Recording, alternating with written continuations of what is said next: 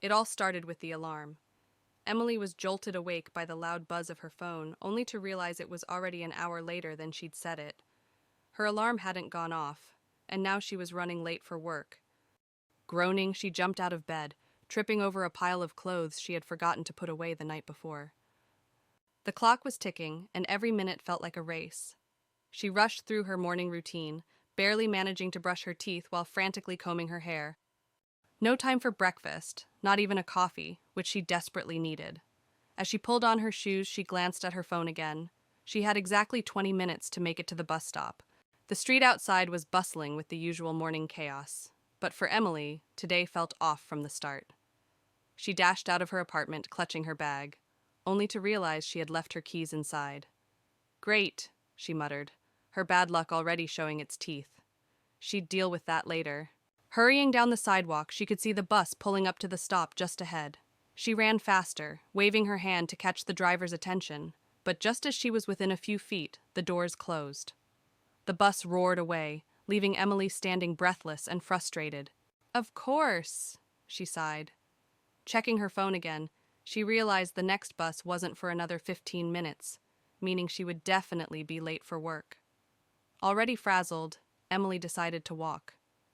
She hadn't made it 2 blocks when a car sped through a puddle, splashing muddy water all over her pants. Finally, she arrived at work, slightly damp, completely out of breath, and already 20 minutes late. But the worst part? The office was unusually quiet. Emily's stomach sank as she approached her desk. There, on her calendar, she saw it. Today was supposed to be her big presentation, the one she had forgotten about entirely. She rushed into the meeting room, papers scattered, her mind racing. As she started her presentation, she noticed the projector wasn't working. After several frustrating minutes, she discovered the computer wasn't plugged in properly.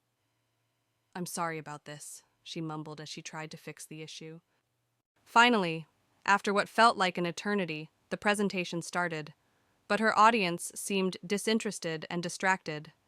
In the middle of her speech, her phone rang loudly. It was the handyman she had scheduled to fix her apartment door.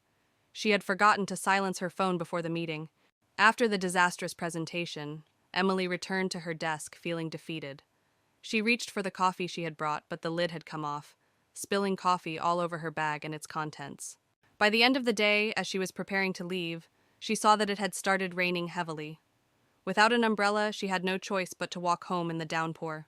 When she finally reached her apartment, exhausted and starving, she opened the fridge to find that the only food she had left had spoiled.